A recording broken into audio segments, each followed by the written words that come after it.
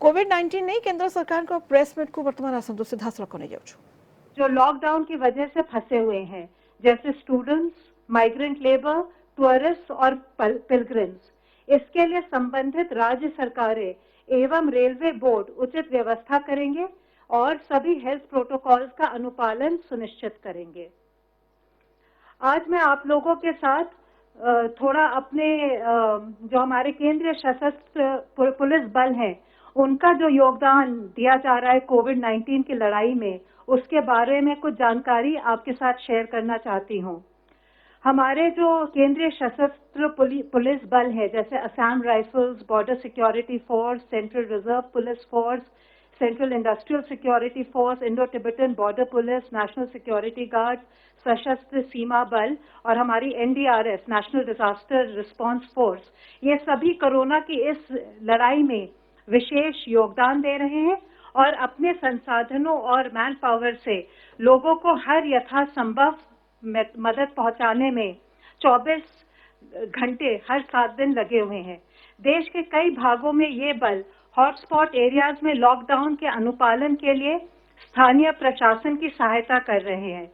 इन सभी ने मिलकर देश में अपने 32 अस्पतालों में लगभग 1900 बेड कोविड-19 के पेशेंट्स के लिए संरक्षित किया है।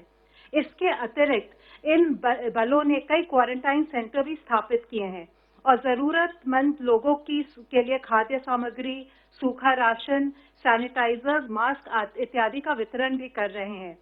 ये बल आम जनता में कोविड-19 से संबंधित जागरूकता भी फैला रहे हैं। इन सब भी बलों ने कोविड पेशेंट्स की मदद के लिए रक्तदान शिविरों का भी आयोजन किया है। इनके फैमिली वेलफेयर और वाइव्स वेलफेयर एसोसिएशंस भी काफी योगदान दे रहे हैं। जैसा आप लोग को पता होगा, सेंट्रल रिजर्व पुलिस फोर्स देश का सबसे बड़ा केंद्रीय सशस्त्र पुलिस बल है। इसके 3 लाख से भी अधिक कर्मी पूरे देश में तैनात हैं। सीआरपीएफ ने दिल्ली से लेकर दंतेवाड़ा तक दूर दराज इलाकों के समुदाय को जरूरतमंद वर्गों की मदद की है। ऐसी ही एक सेवा अभियान में सीआरपीएफ की एक बटालियन ने रायपुर में 1 लाख किलो चावल वितरित किया है। सीआरपीएफ की मददगार नामक राष्ट्रव्यापी हेल्पलाइन भी लोगों की मदद कर रहा है। सीआरपीएफ ने टेलीमेडिसिन की भी सेवा शुरू की है। सशस्त्र सीमा बल भी अनुकरणीय कार्य कर रहा है। इन्होंने भारत की सीमा पर फंसे नेपाली नागरिकों को भी जरूरत की सभी चीजें प्रदान की हैं। जो इनके छुट्टी पर गए कर्मचारी हैं, उन्होंने भी स्थानीय क्षेत्रों में प्रशासन की सहायता की है। सीआईएसएफ के कर्मी भी इस लड़ाई में आगे बढ़कर हिस्सा ले रहे हैं। आप लोगों को याद होगा, इन्होंने एयरपोर्ट हेल्थ ऑर्गेनाइजेशन के साथ मिलकर विदेशों से आए यात्रियों की स्क्रीनिंग और जल्द इमिग्रेशन में सहायता की थी। सीआईएसएफ के जो फायर सर्विस विंग है, उसके सभी 103 यूनिट आसपास के क्षेत्रों में सैनिटाइजेशन में जिला अधिकारियों की मदद कर रहे हैं। बॉर्डर सिक्योरिटी फोर्स ने पूर्वी सीमा पर अंतर्राष्ट्रीय सीमा से लगते 300 से अधिक गांव में न सिर्फ लोगों को आधारभूत जरूरतें मुहैया कराई हैं, बल्कि उनकी चिकित्सा संबंधी सुविधा जो उनको जरूरत है वो भी उपलब्ध करा रहे हैं। पाकिस्तान से लगती हुई 553 किलोमीटर लंबी अंतर्राष्ट्रीय सीमा पर जो किसान अपने खेतों में फसल काटने जा रहे हैं, उनके इक्विपमेंट की सैनिटाइजेशन में भी इन्होंने मदद की है। बीएसएफ ने मेघालय में पशुओं के लिए भी चारा उपलब्ध कराया है। इस प्रकार वो दूर दराज क्षेत्रों में मोबाइल एटीएम की सुविधा भी आम जनता को मुहैया करा रहे हैं। बीएसएफ ने अपनी पेट्रोलिंग में काफी वृद्धि की है, जिससे कि सीमा पार से कोविड-19 के केस ना बढ़ पाए। आईटीबीपी कोविड-19 की लड़ाई में शुरू से जुड़ा हुआ है। इसने देश की सबसे पहली क्वारंटाइन फैसिलिटी स्थापित की थी। पहाड़ी क्षेत्रों में ये भी काफी योगदान दे रहे हैं। असम राइफल्स ने रिमोट एरियाज में किसानों की कृषि उपज खरीद में मदद की है। इसके अलावा उन्होंने अनाथालय और वृद्धाश्रमों को भी अडॉप्ट किया है। एनएसजी ने अन्य कदमों के अलावा एक हबलेस सैटेलाइट टर्मिनल इस्टेब्लिश करके कम्युनिकेशन बैकबोन को और स्ट्रेंथन किया है। एनडीआरएफ ने आज तक 61,000 लोगों में जागरूकता बढ़ाई है। इसके अलावा नेहरू युवा केंद्र के वॉलंटियर्स लगभग 8,000 वॉलंटियर्स को ट्रेन करके एक एनडीआरएफ फ्रेंड्स का अभियान शुरू किया है, जो कोविड-19 के क्षेत्रों में काफी अपना योगदान दे रहा है। धन्यवाद। Health ministry representative please. पिछले 24 घंटों में भारत में कोविड-19 के 1993 कंफर्म केसेस आए हैं, जिससे कि हमारी टोटल कंफर्म केसेस की संख्या अब 35,043 केसेस हो चुकी है।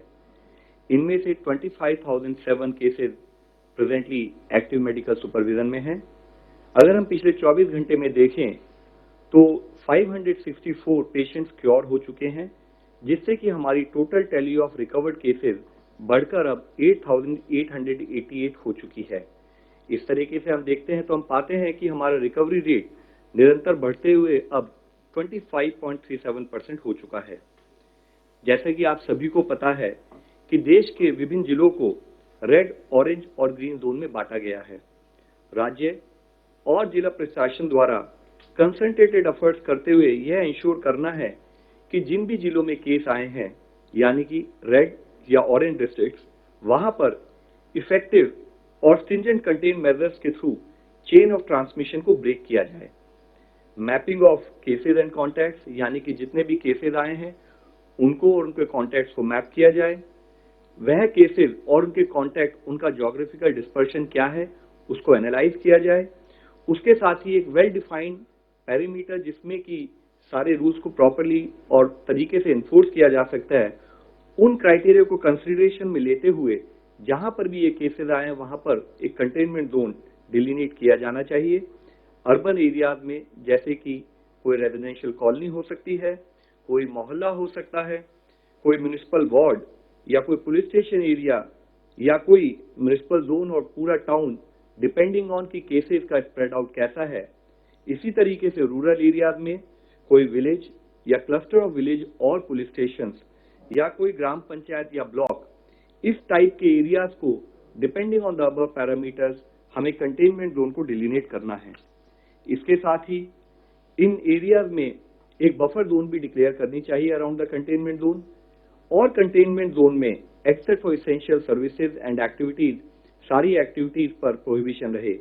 वहां हमारा मुख्य एफर्ट हो कि एक तरफ हम जब स्ट्रिंजेंट पैरामीटर कंट्रोल कर रहे हैं, दूसरी तरफ स्पेशल टीम्स बनाकर कंटेनमेंट जोन में हाउस टू हाउस सर्वेलेंस की जाए। ये स्पेशल टीम्स सभी केसेस को एक्टिवली सर्च करें। उनका फोकस ILI यानी कि इन्फ्लुएंजा लाइक इलनेसेस और सारी यानी कि सीवियर एक्यूट रेस्पिरेटरी सिंड्रोम के केसेस को डिटेक्ट करने में लगे। सभी केसेस जो पाए जाएं उन पर टेस्टिंग क्राइटेरिया के तहत सैंपलिंग उनकी की जाए, सारे कॉन्टैक्ट ट्रेस किए जाएं और उसी के साथ ही जितने भी पॉजिटिव केसेस पाए जाएं उनका प्रॉपर प्रोटोकॉल के हिसाब से क्लिनिकल मैनेजमेंट कर फेटालिटी को कम से कम करके उन पेशेंट्स को रिकवर कराया जाए। यह समझना चाहिए कि मास्क पहनने वाला व्यक्ति बीमार व्यक्ति नहीं है।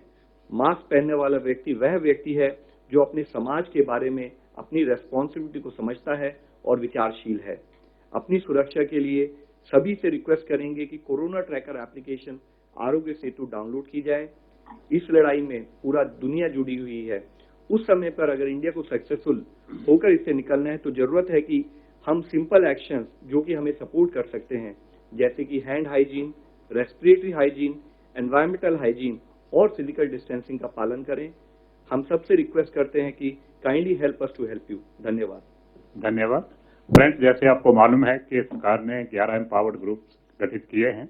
हमारे पास ऑलरेडी 4 ग्रुप्स की जो है प्रेजेंटेशन हो चुकी है। आज हमारे साथ हैं चेयरमैन एम्पावर्ड ग्रुप 3। तो मैं रिक्वेस्ट करूंगा सर अपना प्रेजेंटेशन। जी, मैं सबको पहले तो नमस्कार और गुड आफ्टरनून। हमारा ग्रुप 3 का जो बेसिक हमारा जो जवाबदारी है वो है कि जो एसेंशियल मेडिकल सप्लाईज है उसको हम उसका अवेलेबिलिटी नक्की करें। तो इसमें जो मोटी मोटी जो मैं बड़ी जो बताना चाहता हूँ, एक तो ventilators, oxygen and oxygen cylinders, PPEs, N95 N99 mask, diagnostic kits और दूसरा जो भी हमको दिया जाए काम में जैसे भी समय जाता है इसका। तो नेक्स्ट, हाँ, तो इसमें एक पहली बात मैं बताना चाह रहा था कि भारत का हमारा जो सबसे बड़ा चैलेंज था कि ये बहुत ही ज्यादा ये सब चीजें मैंने जो बताया उसका बहुत बड़ा डिमांड था, ग्लोबल डिमांड अभी है और पूरा विश्व उसको परचेज करना चाहता है, पूरे विश्व में से उसका प्रोक्योरमेंट चल रहा है। ये हमारा एक सबसे बड़ा चैलेंज है। इसमें दूसरा चैलेंज था कि वो हमारा अब तक भारत में ये लार्जली इम्पोर्ट होता था और जो बनता था वो भी बहुत कम बनता था। पीपी एंड N95 भारत में बनते नहीं थे, वो इम्पोर्ट होते थे। थोड़ा वेंटिलेटर्स बनता था, टेस्टिंग किट्स थोड़े बनते थे। तो हमारा स्ट्रेटेजी ये रहा, हमारा ग्रुप का, हमको मैंडेट भी दिया गया कि इसको ये जो है एक अपॉर्चुनिटी की तरह इसको देखा जाए, एक अवसर की तरह देखा जाए। और भारत के जिसकी अपनी एक इंडस्ट्री बहुत बड़ा बेस है, हमारे पास टेक्नोलॉजी है, तो उसका उपयोग करके हमारे भारत में ही एक मैन्युफैक्चरिंग बेस ये सबका क्रिएट करना चाहिए और सप्लाई चेन बनाना चाहिए। इसके लिए हमने 3 प्रकार से काम करना शुरू किया। एक तो था कि जो हाल में जो मैन्युफैक्चरर है उसकी कैपेसिटी बढ़ाया जाए, उसकी कैपेसिटी जो है इसको एक्सपांड किया जाए, उसके लिए उसको क्या क्या जरूरत है उसका हमने लिस्ट बनाया और बाद में उसको हमने